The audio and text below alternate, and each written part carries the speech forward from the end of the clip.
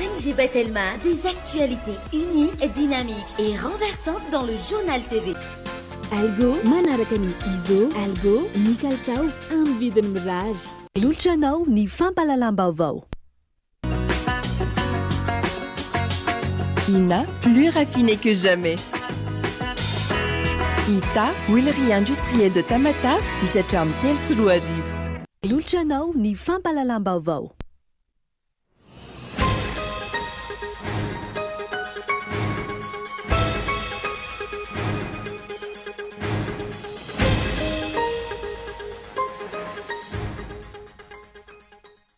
Mandika ny didim-panjakana 2024 tsipika 2026 amin'ny andalana fahaefatra ny seni amin'izao fanemorana ny fanakatonana tanteraka ny lisam-pifidianana izao. Ankoatra ny tsy fatokisany olom-pirenena, ahina ny sy ny korotana mialoha, mandritra sy aorian'ny fifidianana ho ireo antoko politika ka tompona ndraikitra amin'ny fandraisana fanapa-kevitra samirery ny seni anatin'izay.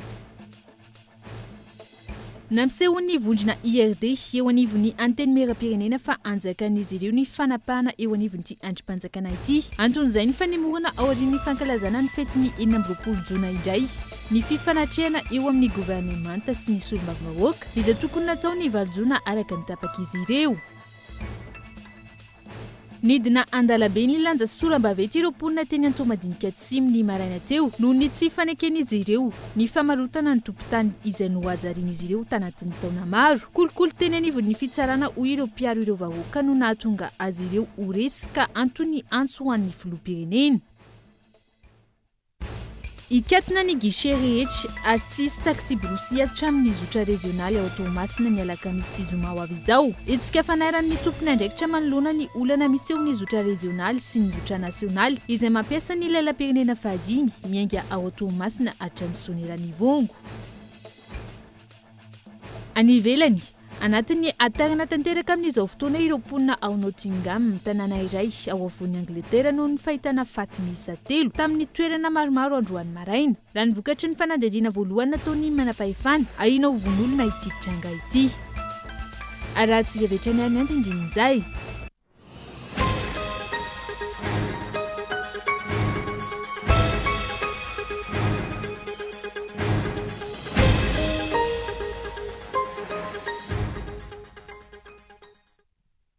Talata fa 13 ny volana Jona 2024 manatitra ny Araby indray tombo-kilasy sy tongovavy tonga soa atao anatin'ny fotoana ny fampalalam-baovao amin'ny ala ity ary manasa anao ihany koa anaraka izany hatramin'ny farany.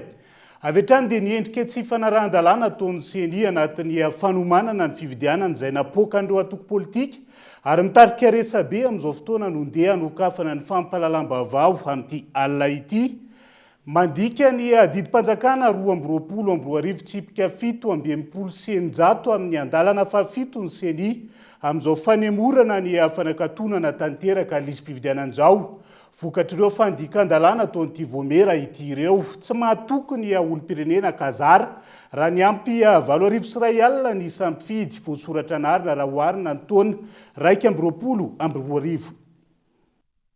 Manao toy ivakana tsy fanaran-dalàna ataon'ny seni amin'izao fanavaozana tanteraka ny lisam-pifidianana toy ny tsy misy ireo lalàna sy fanapahana tany aloha izay nilazana fa nikatona tanteraka ny 10 Jona teo ny lisam-pifidianana amin'ny 17 Jolay izao indray izany vao akatona ho ny seni. Rehefa tapitra io fetotoana 20 andro io dia averina eny amin'ny distrika indray le listra teny avy amin'ny fokontany ka ny fahafitony ny volana Jolay raha zany tsy teny an'ilay teto andro madinidinika satria raha tambatrasika ny 20 sy ny alina eo dia misy tety andro eo fa tsy teny an'izay fa tonga dia hoe teny amintsika zany ny fahafito amin'ny 10 ny volana Jolay vao farana natanteraka ny listra eny anivon'ny distrika. Voaporofo izao fa manao izay tiany ity voamera maleo tena ny sahana fifidianana eo amin'ny fandraisana fanapa-kevitra ary tsy maka ny hevitra ireo mpiantsehatra isan-tokony fa manao izay saim-patany ireo mpikambana ao aminy. Ity fanemoana ny fikatonana tanteraka ny lisam-pifidianana ity izay tsy manaraka ny didim-panjakana 2024 tsipika 17 tamin'ny 13 Mey 2024 mandrafitra ny lalàna fanavaozana tanteraka ny lisym-pifidianana ny seni terena isiny 20 andro manaraka aorian'ny 10 jona izay tokony fanakatonana tanteraka ny lisitra araky ny andininy fa efatra ao amin'ny didim-panjakana io mamorona daty vaovao ny seni amin'izany fanapa-kevitra izany raha izao zava-misy izao tsy misy ny fankan-kevitra avy amin'ireo antoko politika sy firaisamom-pirenena raha mikasika ity fanapa-kevitry ny seni amin'ny fikatonana ny lisym-pifidianana ity ary ahina ho ireo mpanara vaovao fa tsy ho fikatonana tanteraka indray io fa 17 jolay io fa mety ho ahemtry ny seni tahaka ny mahazatra azy ankilan'izay efa nalany vola mahery ny 570 miliara ariary amin'ny fanavaozana tanteraka ny lisym-pifidianana raha nitatitra azo ny seni ho ny filohan'ny androany misy ny eleverna dia misy ny fombafomba azo atao raha ohatra ka misy androm-panjakana na misy raha-fanjakana ka voapirofo fa manana filana eo amin'ny fanaketrana ny asa zay atao misy alalana atao hoe décret d'avance no anomezana vola raha ohatra ka tsy misy ny elefer ny tiana ho tenenina dia efa misy koa ny fanatonana ny ady-hevitra zay atao amin'izao fotoana zao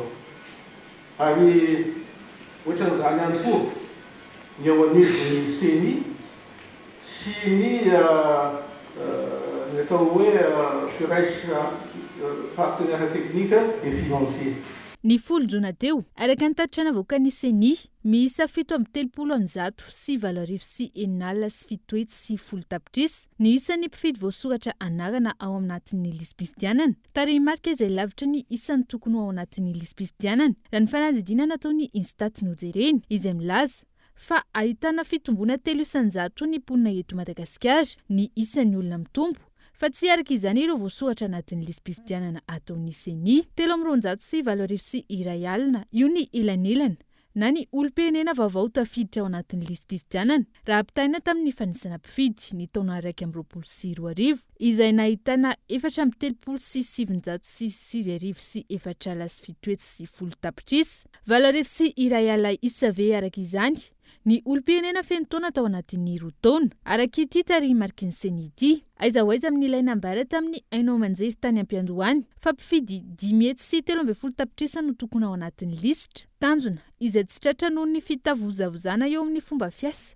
sy ireo fandikan-dalàna maro samihafa ka tsy hananany ny vahoaka fahatokisana ny momba ny lisym-pifidianana izay maro no ilaina mangarahara sy fanazavana avy amin'ny seni saingy tsy navela nametraka fanontaniana androany ireo mpanao gazety maro tonga teny an-toerana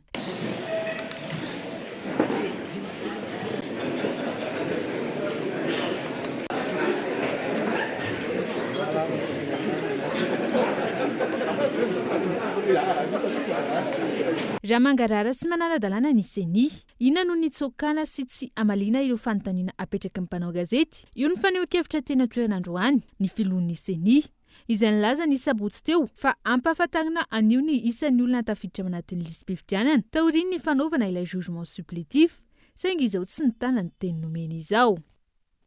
manoloana izay tsy fanarahan-dalàna samihafa fataon'ny seni izay dia ina ny siny korotana mialoha mandritra sy aorian'ny fifidianana oreo antoko politika tamin'ity androanyity manoloana izay endrika tsy fanarahan-dalàna samihafa fataon'ny seni izay nanamafy ireto antoko politika ireto fa tompona andraikitra ny seni amin'izao fandraisana fanapa-kevitra samirery izao fa tsy miaino ireo mpisehatra isan'ny tokony amin'ny fifidianana eto amin'ny tany sy ny firenena ankehitriny onona saina tahaka ny kilalao ny fanaovan'ny seni ity fanavaozana tanteraka ny lisym-pifidianana ity hoy ny teo anivony antoko ampela manao politika androany zavatra efa voalaza hoe amin'ny 10 juin tamin'ny 10 juin teo zany dia hoe farana natanteraka le izy ny anton'izay dia satria efa nanome tety-andro ny tao amin'ny seni efa nanome tety-andro izy tamin'ny volana marsa dia hoe amin'izao ny calendrier anaovana ny élection dia tamin'izay izy ny teny hoe efa arretage définitive zany ny 10 juin nitranga nefa mamoaka indray izy lalàna ohatran'izao mamoaka didy tonga dia hoe ahembotra indray dia lasa provisoire indray io vonjom-baika kilalao ve zany izy ity nefa efa mametraka ianao mametraka lalàna ianao dia tonga dia hitsahana fotsiny dia ovaovana ary indrindrindrindra ny tena mazavatra mampiahiahy ny olona rehetra amin'izay dia hoe misokatra indray zany le izy ampidirina firy, analana firy, zany aiay dododolo satria tsy mazavane le fomba fanaovana an'le liste électorale. Filoham-pirenena izay tantana mandritra ny 5 taona, be ny tanàna hitondra fampandrosoana eny fotony. Ireo izay solovavany vahoaka manoloana ny fahifanam-panatanteraka. Ireo no miankina amin'ity lisitra kirakirainy sy ny ity, nefa izao ataoko totoa izao hoy ny teo anivo ny antoko malagasy miara-miainga. Seny izay tsy mitsahatra mandika lalàna raha tsy hijery afa-tsy nandritra ity fanavaozana tanteraka ny lisam-pifidianana ity. Ny fantatray dia ny zavatra misoratra anatin'ny lalàna milaza hoe 10 juin io no tapitra. Tsisy afa-tsy tsisy ambonin'izay lalàna izay fa raha manapaka reriny ny président sy ny secrétaire exécutif andika sy anitsakitsaka an'io lalàna io zavatra tsy azo ekeny zay satria tany nandalany Madagasikara. Misy an'le atao hoe hiérarchie des normes eto Madagasikara dikan'izany misy ny ambaratongany maro anatin'ny fanatanterahana sy ny fampiarana ny lalàna. Ny cadre général ny fifidianana ary indrindra lay resaka refonty io dia lay décret navoakan'ny gouvernement tamin'ny herintaona le 2022-667 anatin'io cadre io no milaza hoe amin'ny 10 Juin no tapitra ny fanaovana an'ilay refonty. Magaga ihany raha ohatra ka hoe iotra ivoaka n'io décret io ny CENI dia lasa mamorona daty vaovao. Indrindra rehefa ohatra ka nisy délibération tapaka ny mpikambana rehetra eto anivon'ny CENI milaza hoe amin'ny manamafy an'ilay 10 juin io ny fanatanterahana an'ilay refonty. Ka ny hita aloha amin'izao fotoana izao dia na manapaka ny lalàna hoe amin'ny 10 juin ilay izy dia lasa ny CENI indrindra ny secrétaire exécutif arery no tonga dia manitatra an'izy io. Mandika lalàna ny CENI fa ihany koa manao tandrametaka eo amin'ny fomba fiasa hoy ny filohan'ny antoko MFM tamin'ity androany ity. Tsy magaga raha tsy ampiroalina ny olona vaovao ny soratra anarana ao anatin'ny lisam-pifidianana raha ampitahina ny lisitra tamin'ny roa taona lasa satria misalasala ny maro anisany amin'ny hoe ho fifidianana madio ve no hisy eto raha izao fomba fiasa ny mpikarakara azy androany izao no jerena. Le fiovaovany ny fotoana anaovana ny arretage dia manamarina le tandrametaka zany sy mipetatoka ataon'ny CENI. Tsy nisy fakakevitra mihitsy nataony moa zany izy no nandray niny hoe ovainy araky ny sitrapony sy metimety aminy zany ny fotoana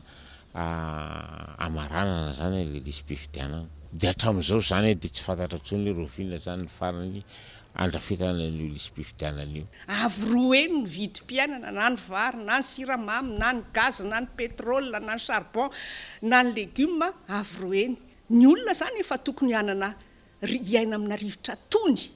hiomana amin'izany fifidianana zany fa mety ray tsy hany aloha zany ny eritreritry ny olona eo satria mbola mieritreritra sakafo. Roa le zavatra miseho koa tsisy mazava mihitsy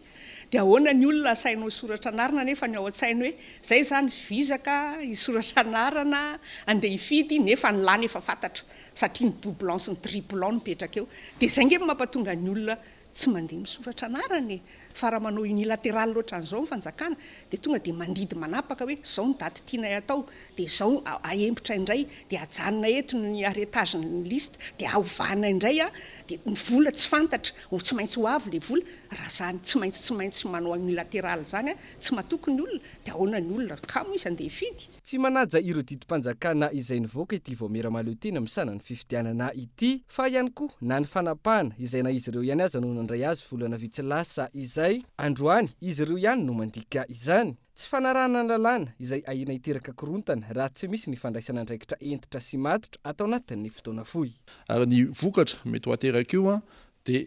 mety ho tonga hatrany amin'ny korontana satria misy efa fantatsika amin'izao fotoana izao fa na eto Antananarivo ary misy olona izay nandalova ny fokotany na ny agent recenseur intelo mbola tsy tafiditra ihany anatin'ilay lisam-pifidianana. Androany raha teo nanamafy ny CENI fa maro dia maro ny olona na eto Antananarivo na any Tuléar io tsy tafiditra anatin'ilay lisam-pifidianana izay karakarain'izareo. Le tsikera izay natao rehetrarehetra nge zany atao tamin'ny CENI nanokatra hatramin'ny voalohany moa zany le sosikevitra zany tsisy fandraisana mihitsy fa zay tiany CENI atao ihany no ataony manomboka ry amin'ny fanaovana ny logiciel zany ny ka hatramin'ny fanangonana ny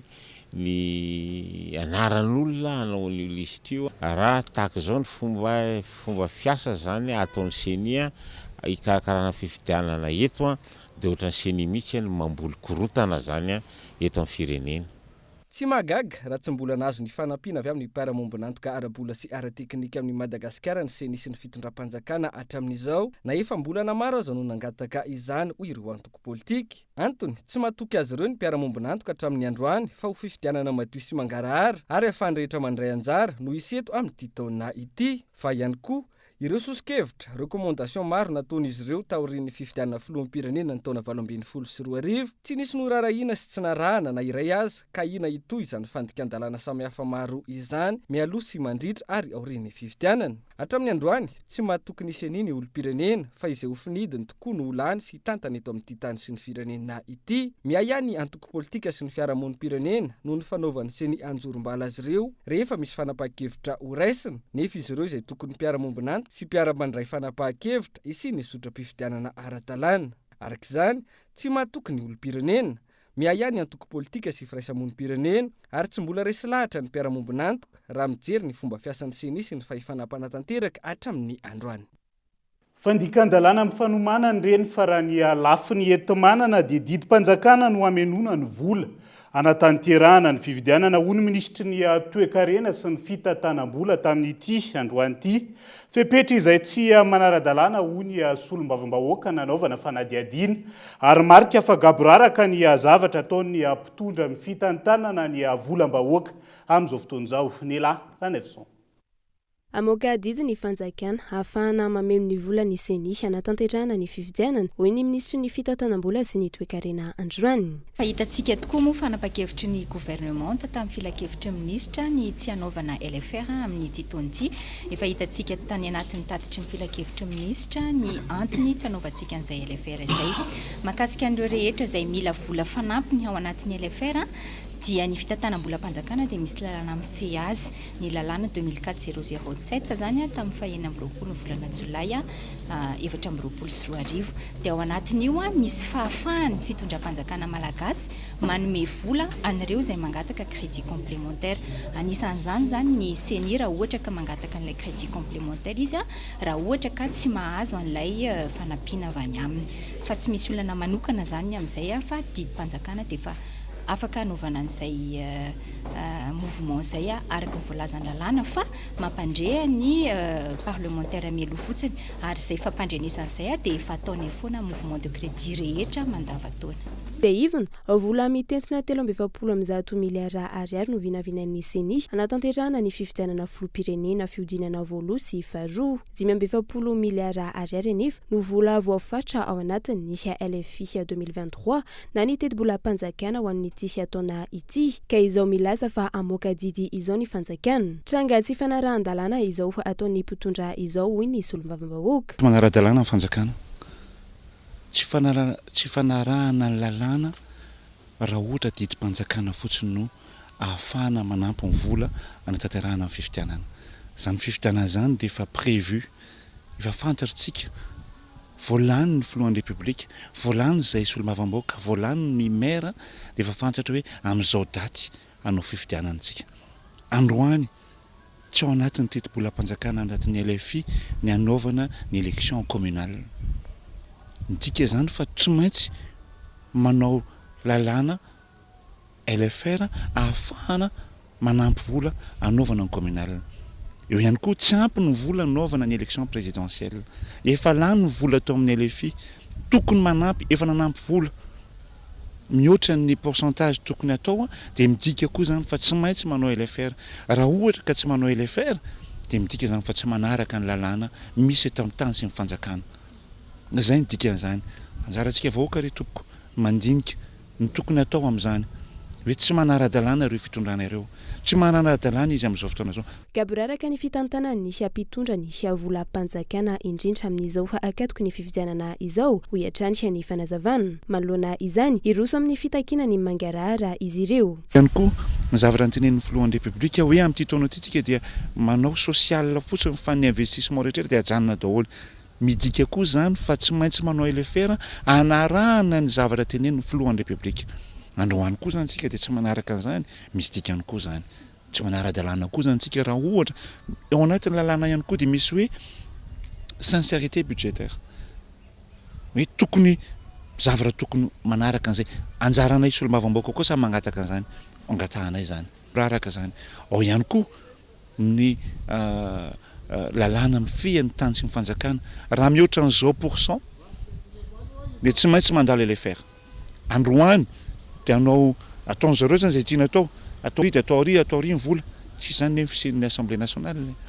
tsy zany zay ny solotena ny vahoaka manao tratsany amin'ny vahoaka sady sofo ny vahoaka ny maso ny vahoaka ary ihany koa ny vava ny vahoaka tsy janona amin'izao ireo solombavambahoaka fa tsy maintsy angataka fanazavana sy anaitra nisy ampitondra manoloana ity siagabraraka ity sy nisy tsy fanarahan-dalàna izay ataony siarany fanazavana ny fiadidinan'ny repoblika izay tsy ahivana isan'ny efa niditra antsehatra tamin'ny famoahana ny tetbolana ity vomira voalaza fa maleo tena ity tamin'izany no nivoan'ny hoe 70 miliara ariary ny vola ilain'ny seni tranga izay mahatonga ireo antoko politika milaza fa tsy maleo tena ny senisha ary baiko ny fanjakana no hoentiny anatanterahana ny asany voaprofo androany fa tsy miomana sy siananomana ny fahefana mpanatanteraka ka enimbolana latsaka mialohany ny datin'ny fifidianana mbola manjavozavo no hoenti manana amin'ny fanatanterahana izany ny fahefana mpanao lalàna izay arifany ny fahefana mpanatanteraka tsy afaka manao ny asany araka ny tokony ho izy fa manao izay tiany ny mpitondra ka izao mahatonga ny didim-panjakana izao amoahana vola rehefa tsy irosona ny fantsiana ny atetbolam-panjakana tsy afaka miteny araka izany ny rehetra sy ireo fahefana isan-tokony fa izay tiany ny fahefana mpanatanteraka omena ny senisha no omena amin'ny alalany iodidio atreto araka izany mbola maro ny baraingo amin'ny fifidianana filoham-pirenena ary tsy ainona feo ihany koa ny seni sy ny fitondram-panjakana momba ny fifidianana ben'ny tanàna sy ny mpanolotsana ny tanàna izay efa fantatra hatry ny ela ihany koa fa ho tapitra ny feptom-piasany saingy tsy asiany ireo tompona andraikitra resaka hatramin'ny androany tsy fanarahan-dalàna tsy fanarahan-dalàna vanana raha ny zava-misy mahakasika ny fiomanana amin'ny fividianana amin'izao fotoana izao raha ny fehin'izay fa nampisehoan'ny vondrona IRD eo anivony anteny meram-pirenena ihany koa tamin'ity androany ity fanjakan'izy ireo ny fanapahany eo anivony ty androm-panjakana ity no ny mamaro anisa azy ireo na emotra orian'ny fankalazana ny fetiny 9 jona indray araka izany ny fifanatrehana eo amin'ny governemanta sy ny solombavambahoaka ankoatra io mandritra io ihany koa zany hoe aorian'izay fa 9 ny volana jona zay no andraisana fanapahana momba ireo antota taratasy izay eo ampelatana ny komisiona misahana ny fiampangana manoloana ny fitsarana avo mahakasika ny fanenjeny ireo tompona ndraiky mpanjakana ambony voasaringotra amin'ny kolikoly sy fanodikodiana mbola mpanjakana eto amin'ny tany sy ny fireneny Henri Florian literaka adjefitra tamin'ireo samy solombavambahoaka tonga ny vory teny anivon'ny anteny meram-pirenena androany ny fandanina ny volavolam-pandaharam-potoana eo anivony ty androm-panjakana ity ao anatin'ny 2 herinandro manaraka eny Tsimbazaza raha araka ny tapaka teo anivony conférence des présidents omaly tokony ho tontosaina manomboka raha pitso ary aritra 3 andro ny fasafasa eo amin'ireo solombavambahoaka sy ny mpikambana ao anatin'ny gouvernemanta nandritra ny fotoana izay nandanina ity volavolam-pandaharam-potoana androany marina ity nampiseho ny mahamaro anisa azy ireo indray ny teo anivony vondrona parlementaire IRD ka nangataka ny ampokemotra izany fionana mivantany eo amin'ny gouvernemanta sy ireo solombavambahoaka izany na ilay antsona hoe fasafasa aoriny ny fankalazana ny fety ny 9 jona vao iresona zany fasafasa izany mitondra fatisina zay rahatofoloa ny amin'ny ordre du jour manomboka hatreo amin'ny alarobia 14 satria raha ny voasoratra ato amin'ny fandaharana dia manaova science de question amin'ny gouvernement de itsika io no hitondranay fanitsina sy lay programme amin'ny alatsinainy 19 mahakasiky ny amin'ny tsy dia hitako tsara izy tena matofoloa haute cour de justice mangataka izay raha matofoloa mba akisaka any afarany 26 juin ny anatanterantsika reo lahadimika anankiroa reo ankoatra ny fionana eo amin'ny gouvernemanta sy ny soloavambahoaka io na emotra amin'ny fotoana io ihany koa ny fandraisana fanapahan-kevitra malona ireo antota taratasy izay efa eo ampelatana ny komisiona misahana ny fiampangana malona ny fitsarana avo isany didigoavana mianjo ary tsosa be ho an'ity legislature ty ny fatototrano io egna tsy ao anay ary mba tiako amin'ny teniny ity hoe inona moa ny sakana ho ny député inona moa tonga ny zareo a sendra fanapa-kevitra misy arovana ave samy misy député olo hafa atahorana fagnazoambara fotsiny a dia mandeha foana ny resaka hoe coscos côtière marika tanindrina foana nezena fa ny dossier pera-tagnanay dia misy tanindrina misy olo araveto avoatany dikan'izany ary impirena malagasy na tanindrina na voatany a nambabo azy ireo sorona fa sy sombampisarana akory a za iato fanjarany asy tanteraka no mandray fanapa-kevitra fa amporosina moa ny député ansoavana ho tako raha ohatra ka amposika zany hoe bonne gouvernance amposika zany hoe asiny tandrazasika zany raha amposika ireo volany tosaisika andavitisana lovan'ny taranaka ambanjavy le andao sika tonga tonga va maro zalahy andao sika ambetsaka na didy na kiny ny fanjakana na kiny ny vahoaka na kiny lalàna amsika raha iverenana ministra teo aloha miisa 7 no voaroiroy sy andraisana fanapahan-kevitra mandritra ty fivoriana ity araky ny fanazavany ny komisiona misana ny fiampangahany eo anivo ny anteny miram-pirenena any aoriny ny fankalazany ny fetiny 4 jona indray araka izany vao afampana ny eo anivo ny anteny miram-pirenena taoriny ny fandanina ny volavolam-pandaharam-potoana izay lany androany maraina teny ny tsimbazaza vaovao misongadina ihany koa ny androany dia voaheloka higadra 5 taona tranomaizina sazy miatra miamplamany dia 10 tapitrisa ariary sonitra 20 tapitrisa ariary araka ny didy pitsarana ny maraina teo ilola Rasoamaharo flotare général ny la gazette de la grande île afaka tamin'ny raha alatra jiro tamin'ny jirama akila ny tenany noho ny afatapera amin'ny fepotona afahana manenjika azy silary na soniainy nivoaka ny maraina teo ny didy pitsarana mahakasika ireo raharaha roa nanenjehana ny lola Rasoamaharo flotale général ny la gazette de la grande île fitorian'ny mpandraraha iray azy razaka Brigitte momba ny fanalambaraka sy fandrahonana ary fitakiana vola mitetina 5 sy 7 tapitrisa ariary tamin'ity farany ary ny fitorian'ny orinasa Jirama mombana alatra jiro nanomboka ny taona 1994 izay voalaza fa mitetina 7 tapitrisa ariary sazy miatra 5 taona an-tranomaizina miampylamandy 10 tapitrisa ariary sy onitra 20 tapitrisa ariary no azony lola Rasoamaharo araka ny didy pitsarana ny maraina teo mahakasika io fitorian'ny razaka Brigitte azy io afaka tamin'ny fitorian'ny orinasa Jirama kosa ity tompony la gazette de la grande île ity noho ny fepotona ahafahana manenjika azy efa tapitra tsy afa-po tamin'ny didy pitsarana araka izany ny fianagaviany ka nilaza ny ampiakatra ny raharaha vaovao ny toe-karena ny 11e fed no afarany amin'ny Fonds européen de développement raha ny tatitra voaraina andritra ny fivoriany ny komity mpitantana ny 11e fed tamin'ity androany ity iova indici indray araka izany ny fed ao arian'izao na raha ny azo fanampanazavana azo nandritra ny fivoriana natao androany ihany koa ny nanaovana tombana mahakasika izay 11e fed zay nelahy ranevson tsy sitsony ny Fed na ny Fonds européen de développement omeny ny vondrona européenne ho fanampiana ny Madagasikara iova ho NDC indray ny Fed ho an'ny taona 2024 hatramin'ny taona 2024 ary mandritra ny fivoriany ny komity mpitantana ny 11e Fed no fanandiniana ny fifanarahanam-piaramiasa vaovao raha ny mahakasika ny 11e Fed izay nanaovana tombana androany vola mitentina 400 sy 700 tapitrisa euro no fanatokana ho an'izany vola izay ampiasaina amin'ny fanatanterahana ny APIN na ny programme indicatif national ary manodidina ny 450 faingo 20 isanjato amin'izany no vola efa nampiasaina tsara anisan'ny tsara le izy raha mihoatra ny taux de décaissement projet raha antsika amin'ny bailleur rehetra le 51% io le izy zany any amin'ny voalohany misy engagement global ny projet rehetra reo de rehefa engagé le izy misy engagement primaire de aveo misy engagement secondaire de rehefa engagé le izy de mandeha tsikelikely amin'izay ny décaissement rehefa manao contractualisation antsika zany hoe rehefa mandeha zany misy appel d'offre ohatra ny anaty marché de rehefa misy contractualisé izy de mandeha ny décaissement de le décaissement 51% zay mbola tena azo ekeny zay am'izao satria araky ny enitsika teo hoe mbola misy roa taona ny durée an'ny projet mbola misy roa taona ny durée amin'ny projet de zany hoe rehefa mandeha zany rehefa mandeha ny mise en œuvre dia mbola mandeha foana ny décaissement. Mbola mitoetra antsy ny fanatanterahana ireo tetikasa izay isy miankina amin'ny 11e fed ary hotohizany nisy NDC saingy isany mampiavaka izany ny fijerevana ny lafony atoekarena indrindra manoloana nisy ambana toy nisy avalana retina tahaka nisy covid-19 izay isy amin'ny atraika tamin'ny atoekarena maneran-tany. Lafomba vao hafa nome fampiofanana maimaimpoana ho an'ireo mpiasan'ny fahasalamana indrindra feo amin'ny sehatry ny fandidiana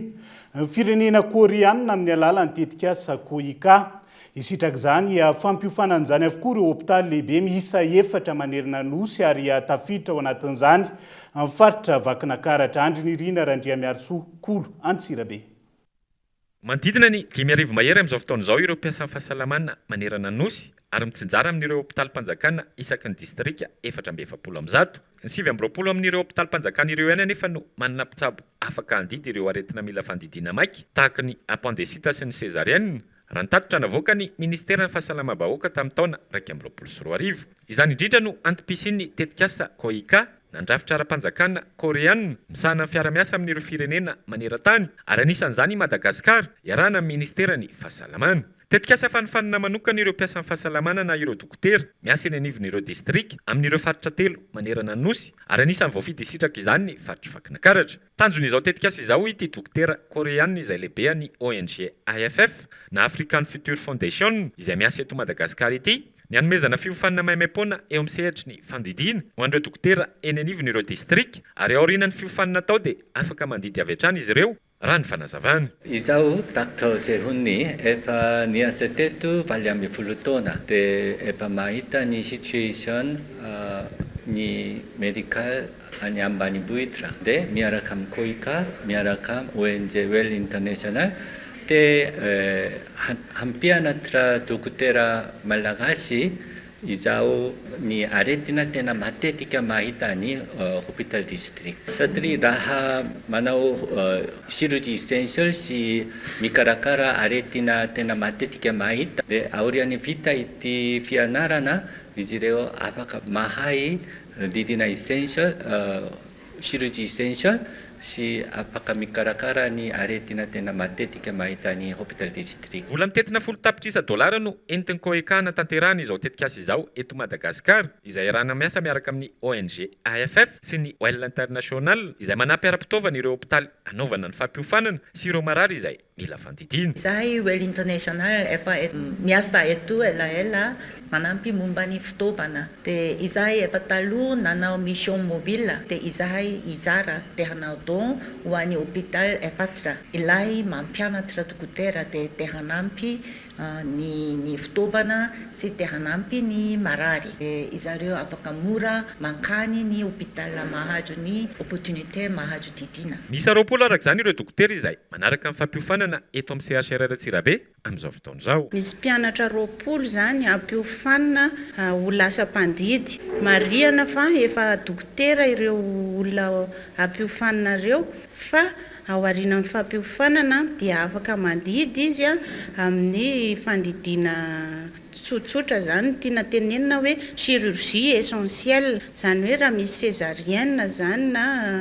ohatr'izany dia afaka ataon'ireo dokotera ireo ao aorianan'ny fampiofanana. Amin'ny hoe fisian'izay fiaraha-miasa izay moa zany mazava ho azy dia ny mpianatra tsy maintsy ampianarina amin'ny fitaovana tsara manome fampitaovana zany koika ho amin'ny hôpitaly ahafahan'ireo mpiofana manaraka tsara tsaka ny sy andavany an'izay fampiofanana izay. Araka izany dia haritra 12 volana ity fampiofanana izay ataon'ny koika ho an'ireo mpiasan'ny fahasalamana amin'ireo faritra 3 eto Madagasikara ity ary anisan'ny sitraka izany ny faritra Vakinankaratra tamin'ny alalan'ny hôpitaly lehibe CHR Antsirabe sy CHRD Ambatolampy. Izay ihany koa no hoentsika amin'ny sendra vetivety ao anaty doka fohy ny olan'ny fitaterana soany ranovongo amin'izao fotoana izay mampifandritra ny solombavambahoaka sy ireo andian'olona manohitra ny fametrahana ny zotra nasionaly ao an-toerana. Eo koa ny fakanankerin'ireo variry izay tsy misy ny fampiarana sazy etitra ho an'ireo tomponantoka ho ny fikambanan'ny variry. Eto Madagasikara tamin'ity androany ity hapany amin'ny vavao misongadina mbola hoentina aminao rehefa avy eo mandra-pitafa vetivety ary.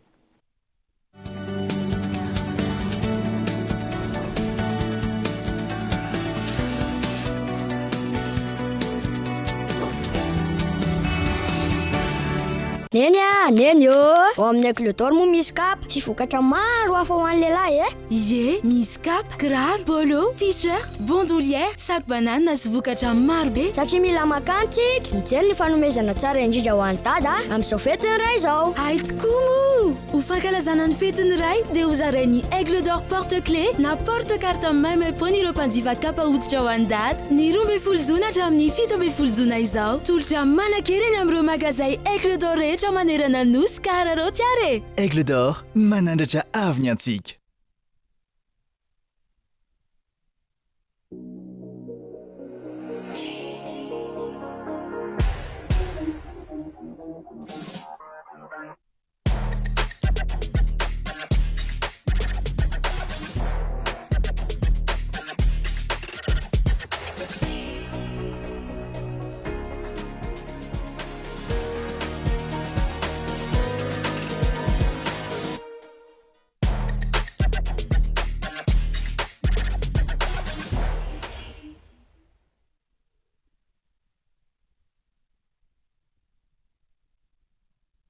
Ina dia vita amin'ny soja voafantina mba hampatsiro ireo karazan-tsakafo karakarainao. Ny menaka Ina dia ahitana oméga 3 sy oméga 6 ary ara-pahasalamana no notrikaina entin'ny soja. Ina ilay menaka manome tsirony nahandronao isan'andro.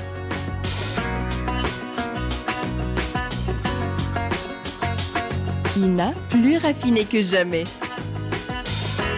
Ita, huilerie industrielle de Tamata, misatra amin'ny telo sy roa arivo.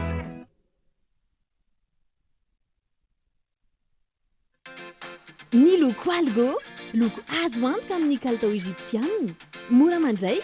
mandrakitra tsara ary manaja ny tontolo iainany. Loko algo, misy alo, alhuile, ary antirouille. Izay natao ho takatry ny fahefa-mividiny rehetra. Hita eny amin'ny mpivarotra mahazatra anao. Algo manaraka ny iso, algo ny kalitao amin'ny vidiny mirary.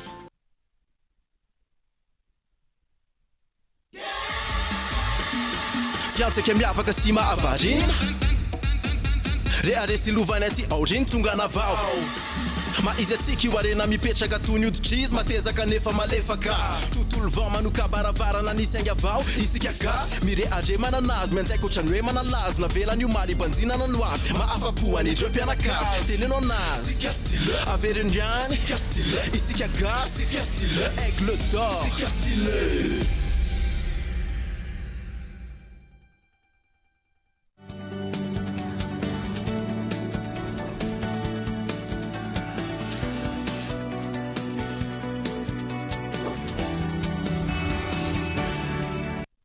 Mamerina ny araba tonga kilasy tonga vavy tonga soindray atao anatin'ny tapany faharoa amin'ny fampalalam-baovao amin'ny tiala ity. Iazo any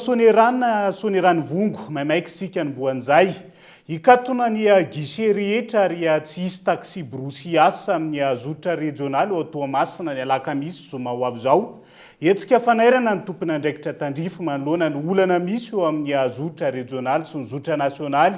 izay mampiasa ny lalam-pirenena fahadimy miainga vao Toamasina hatrany sonerany vongo.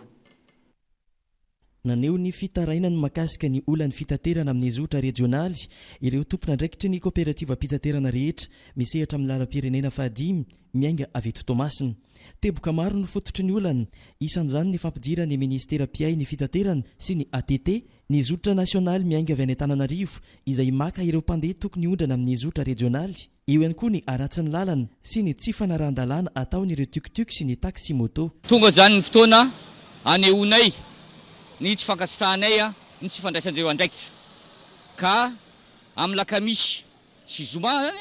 dia tsisy misokatra ny guichenay atao anatin'ny faritry Toamasina.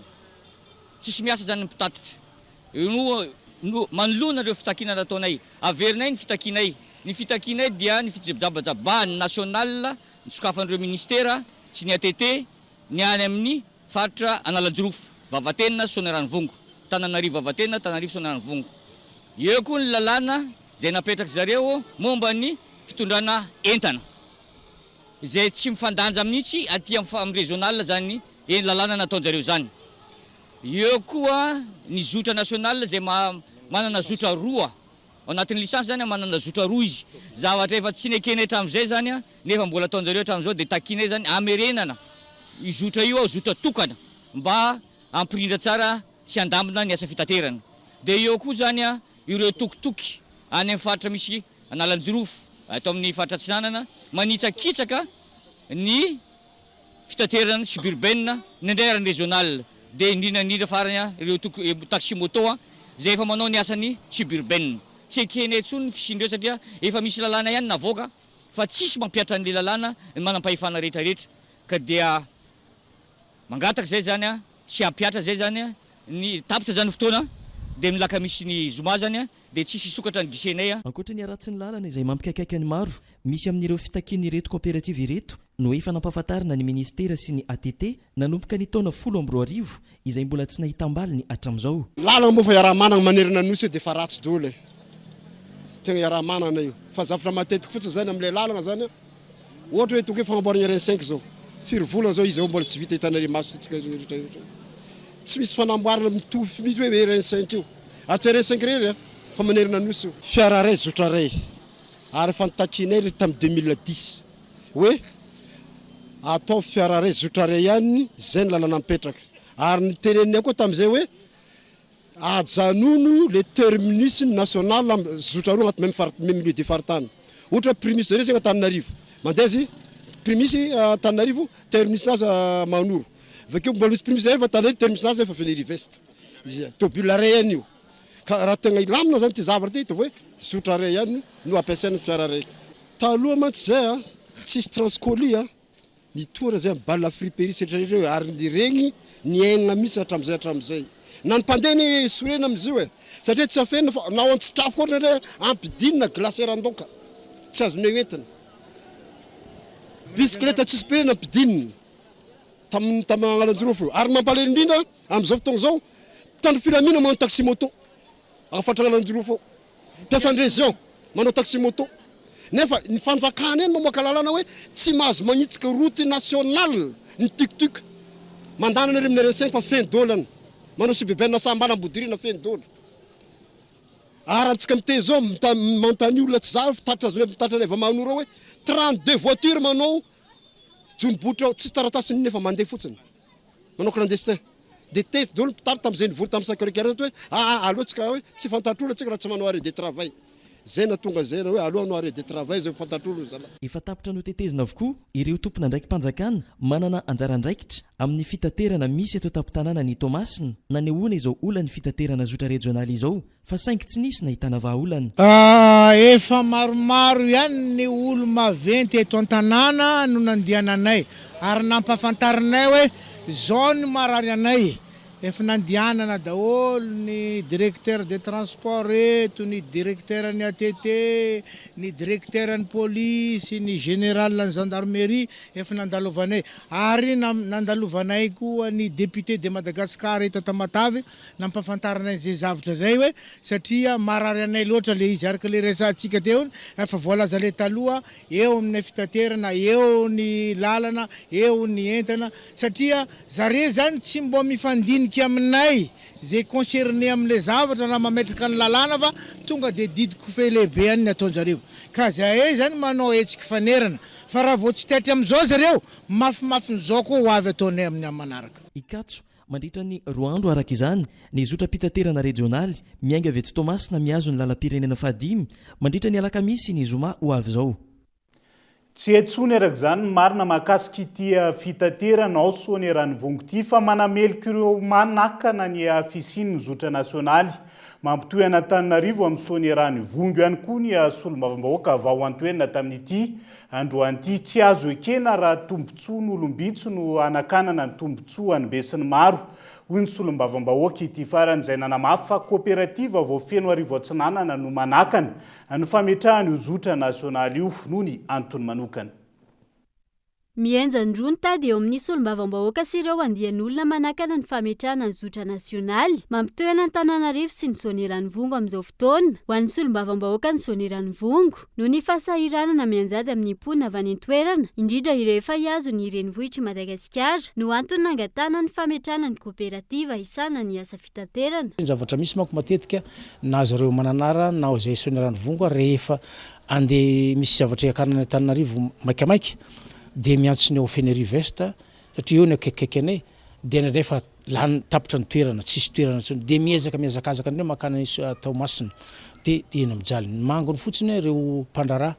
na opérateur aminay mandeha mividy entana aty Tananarivo dia mijaly be zany zareo amin'ny entana findrafindra dia zay mihitsy natonga anana nanapa-kevitra aloha niezaka hijery kooperativa dia nangataka tamin'ny ministera dia nahazo izay. Nomeloana araka izany ny fikasan'ireo kooperativa manakana ny fametrahana izotra nasionaly io. Raha ny fahinonoko azy dia misy kooperativa efa miasa ao Fenerive-Est no mitady hevitra anakanana an'izy io zany hoe tombotsoan'ilay kooperativa manokana ambadika any mihitsy zany dia zay zany no andeha hamonona ny tanànanay zany zay ny tsy ekeko mihitsy raha mbola zany solombavam-bahoaka amin'izay zavatra zay dia zay moa zany miandry satria misy ihany koa siotsiondresaka hoe anao fanao fanakanan-dalana dia mampahafantatra an'izay olona manana eritreritra an'izany zany zahay fa izahay vahoaka ny soneran'ny Vongo zay taritiko zany dia tsy mankasitraka an'izany fihetsika zany ary zahay dia mankasitraka ny fisiny zotra Tananarivo soneran'ny Vongo. Ankoatra ny lalana, raha mamelona ny fampandrosoana ny distrika tsirairay manerana ny Madagasikara, ny fisian'ny kooperativa pitaterana, ka dikan'ny solombavam-bahoaka ho famonoana ny soneran'ny Vongo ny fanoherana ity zotra nasionaly ity. Adinotsika vetivety ireo olana samihafa fa hiarifaly vetivety sika ao anatin'ny fetin'ny mozika izay ho tanterahana ny fa-17 hatramin'ny fa-13 ny volana Jona ho an'ity taona 13 ity izay atao amin'ny komuna Tanjombato sy Andoran'ny Fotsy izay fetin'ny mozika izay toana ny telema Madagasikara sy ireo mpiara-miasa aminy. Izara roa mazava ny hetsika amin'ity taona ity ankoatra ny seho goavana iarahana amin'ireo mpanakanto kalaza isy ihany koa ny diabe izay azo atrehany rehetra. Hiavaka ny fankalazana ny fetin'ny mozika iarahana amin'ny AFT na ny Alliance Française Antananarivo sy ny Telma Madagasikara amin'ity taona 13 ity. Raha tsy niala tao anatin'ny faritry ny AFT Andavamamba izany nandritra ny taona maro, iny Tanjombato sy Andoran'ny Fotsy kosa no hanaovana azy ny faty 17 hatramin'ny 13 Jona ho avy izao. Ho fanatonana bebe kokoa ny mponina Antananarivo sy ny manodidina. Maro ny mpanakanto handravaka ny hetsika mandritra izay. Ankoatran'ireo mpanakanto efa fantadaza no tsongaina manokana ireo vao misandratra ho fanosehana sy fampafatarana azy ireo mandritra ny hetsika. Ampiavaka ny fety mozika ihany koa amin'ity taona 13 ity ny fisian'ny diabe na ny carnaval mozikara azon-drehetra hatrehina. Ary ny tena mahasarika anay atao nivon'ny orinasa Telma Madagasikara manohana nyty hetsika iray ity dia satria izy dia manosika sy manome lanja ireo mpanakanto rehetra na ireo efa fantandaza na ireo izay vao misondrotra satria maro dia maro tokoa ireo mpanakanto vao misondrotra izay anome anao fampisehoana amintsika mandritra an'io hetsika fête de la musique io. Dia araky ny mahazatra moa izany, araky ny fahafantarantsika n'io fête de la musique io carnaval hetsika lehibe misy 300 no isan'ireo manao an'izay carnaval izay ary ny tena mampiavaka azy ity toy ny isa-taona dia azon'ny rehetra atao ny mijery ampifaliana miaraka aminay an'io hetsika fête de la musique 2023 io. Manentana ny fahatongavan-drehetra mandritra ny fetin'ny mozika araka izany ny mikarakara. Ankoatra ny fialana voly manoloana ny rotoroton'ny fiainana andavanandro ho fampiroboroboana ny tontolon'ny mozika sy ny zavakanto ihany koa ny fetin'ny mozika ka hanasana ny maro. Fanidina an-dalambe sy ny lanja Sorabavety ary mively sarim-bilany ireo mponina teny Antomadinika atsimo maraina teo noho tsy fanekeny izy ireo ny famarotany tompon'ny tany izay no hajarian'izy ireo antonany maro. Kolokolo teny anivo ny fitsarana hoy ny mpiaro ireo vahoaka no nahatonga azy ireo resaka manao antsoavo amin'ny filoham-pirenena ireto mponiny reto amin'izao fotoan'izao. Hilary Nasonien.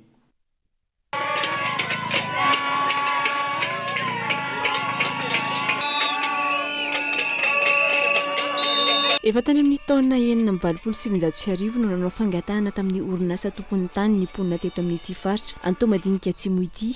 saingy tsy nahazo valomazava tamin'ny tompon'ny tany nandeha hatrany ihany koa ny fifampivarotan'ny tompon'ny tany tamina olon-tsotra iray ka imbetsaka no efa niakatra teny anivon'ny fitsarana ny raharaha ary nizy mateo no fantatra fa resy ireo fokon'olona nananjary ny tany ka miandry ny fandravana ny trano izay manodidina ny 20 no voakasika izany. Tamin'ny 86 nisy fotoana zany na eno siosio izahay hoe amidin'ny Seima toerana tony dia nanao fangatahana izahay any amin'ny président Pokotany any misy taratasy manamarina an'izay hoe fangatahana natao fokon'olona tamin'izany enina amin'ny valopolo sivinjato sy arivo zany volana zile enina amin'ny valopolo zany zay nangataka rehefa avy eo tsisy fanambarana akory nataon'ny Seima zany aloha tany amin'ny Fokotany fa arak'izay dia nanantony izahay no tenenina zay tamin'izany fotoana zany hoe amin'ny tambarnareo par 300 mètres carré dia mitambatambatra ny olo anatin'izay zany dia nandefa géomètre ary zareo nandrefa an'ireo toeranareo gaga nefa izahay zany volana septembre tonga raha marsandy nilaza fa efa voavidiny ny tany dia mialy izahay any Morimanga ozy misy fipetrahany 4 nambaniny izahay tamin'izany fa izy manambola zay tsy manambola amin'ny vidiny 3,850,000 francs ny fidianana n'io tanina iray manontolo. Anana n'ireto fokon'olona ireto ny taratasy ara-panjakana rehetra mahakasika ny dingana nataon'izy ireo tamin'ny fangatahana ny tany. Miantso ny fanjakana hijery akaiky ity raharaha ity noho izany izy ireo. Ny tribonalinay voalohany zany tamin'ny 86 aloha zany ny tena nanomboka ny adinay dia rehefa avy eo nandeha zany resy zahay tamin'ny première instance 90 dia nampiakatra raitsy atao amin'ny appel tamin'ny 92 indray nivoaka ny didy nandresy indray fokon'olona dia rehefa nandeha indray io dia nivoaka indray tamin'ny cassation dia nivoaka indray tamin'ny 2006 indray zany nandeha dia nivoaka tamin'ny 2016 dia nanao an'ilay pile zany zay 2017 izahay tamin'ny voalohany hatrany am-boalohany zany efa vonona ny vidy any amin'ny président Pokotany any angamba raha tsy diso misy an'izay cahier de transmission nangatahanay an'izay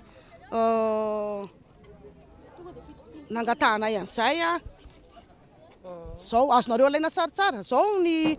cahier de transmission nangatahan'ny fokon'olona tamin'izany zao ny fahavononanay fa hividin'ny tany zay tamin'izany fotoana izany dia maninona moa zany no vahoaka no tsy ekena fa atao ohatran'io Seimadina nanao an'ity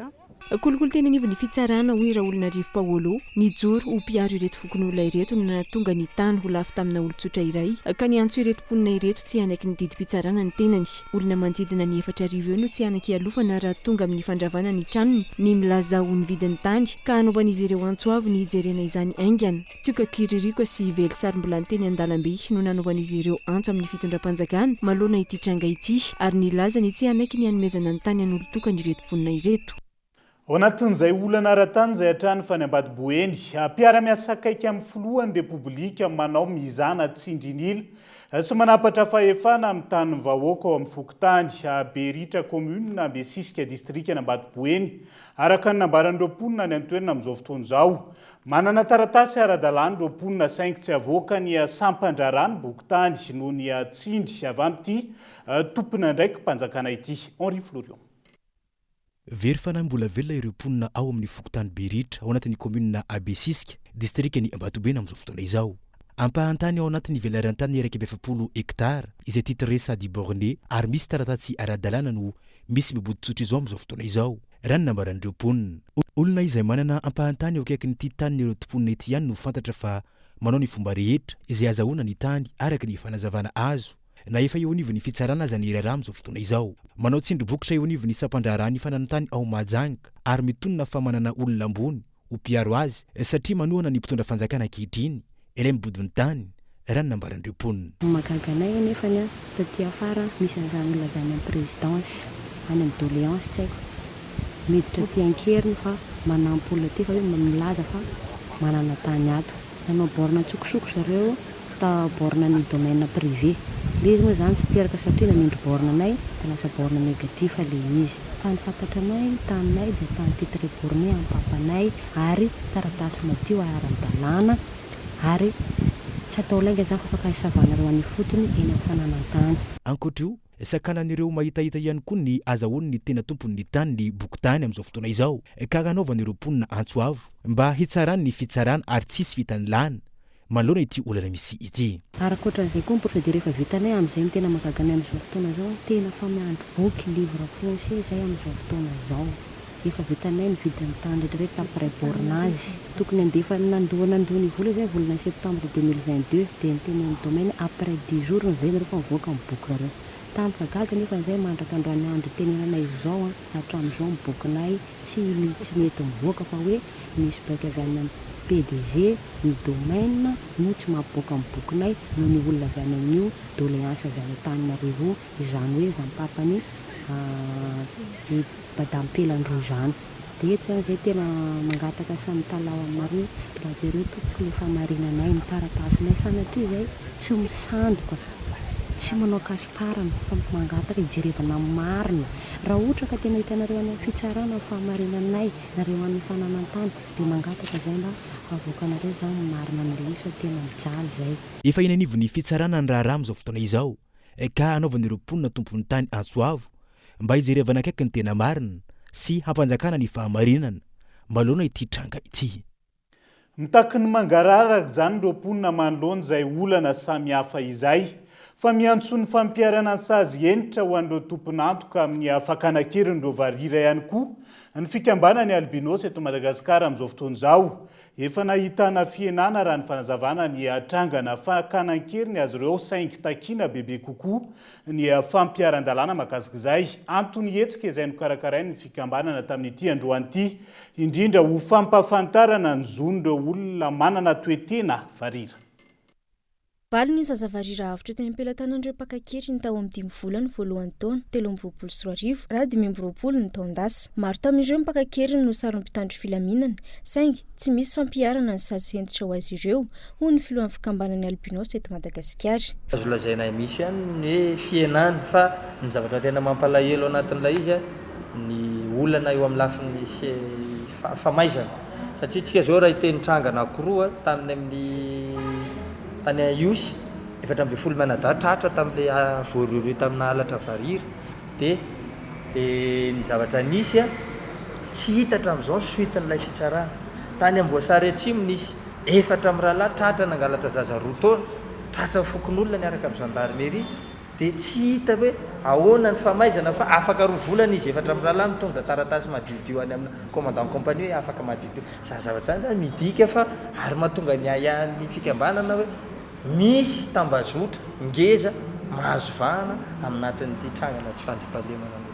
ankoatra ny antso amin'ny fampiarana ny sasentitra ho an'ireo tompon'antoka amin'ny fakanakery ireo varira mitoy ihany koa ny adisisika ataon'ny fikambanan'olona varira eto Madagasikara mahakasika ny fampanajana ny zon'izy ireo hiaina toy ny olon-drehetra ary efa misy ny dravitrasa apetrakin'ireo anatin'izay. Nitoy androany ny fampafantarana ireo olona nanana toetena varira ny zony eny anivon'ny fiarahamonina ny ivo ny hetsika izay ho tanterana ny farafangana ny 7 ny volana jona ho avy izao. Dia izay ihany koa no entina miampita ao anatin'ny maresaka iraisan'ny pirenena amin'ity alay ity anatin'ny atairana tanteraka amin'izao fotoana ireo mponina Nottingham tanàny iray ao afovoan'ny Angleterre noho ny fahitana faty miisa 3 tamina toerana maromaro tamin'ity androany ity raha ny vokatry ny fanadihadiana voalohany izay nataony manam-pahefana ny toerana ahina ho vony olona ity tranga ity. Faty miisa 3 andranomaraina no hita tamina toerana samihafa tao Nottingham, tanàna iray ao Angleterre. Raha ny fijoroana vavolombelona ity olona iray naka horonan-tsary ny zava-niseho ity, pobasy niseho tamin'ny 10 ora sasany maraina tao an-toerana no nanaitra ity farany tamin'ny toromasony. Rakitra mpitandro filaminana vao maraina avokoa araka izany ireo lalana mihazo any Nottingham. Ireto farany izay efa nahazo antso mialoha tamin'ireo mponina tany an-toerana. Lehilahy iray amin'izao fotoana no voasambotry ny mpitandro filaminana raha mbola manjavozavo hatretiny mahakasika ity raharaha ity. Misaraka eto indray ny fiarahantsika ho an'ny androany atena trano fankasitrahana ho antsika rehetra nanjotsy tapaka ny fampahalalam-baovao teto amin'ny fitalavitra kolo tao anatin'izay adiny iray katroka ny tondrana ny fampahalalam-baovao izay mandrapitafa ho amin'ny rapitso indray ary tongo kilasy tongo vavelo matomboka.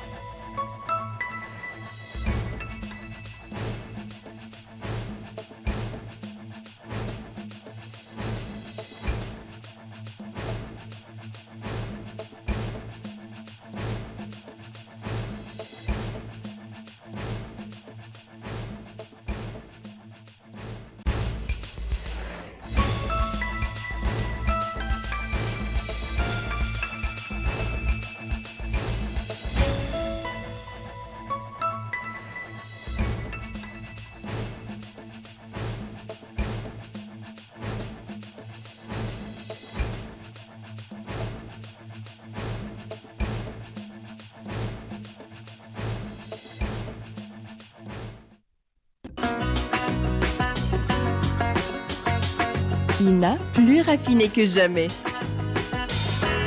Ita, huilerie industrielle de Tamata, Isacham Telsuruariv. Vous a présenté Ni Vaovao. Algo, manaraka ni Izo, Algo, ni Kaltao, am vidin mirage. Vous a présenté Ni Vaovao. 5G Batelma, des actualités uniques, dynamiques et renversantes dans le journal TV.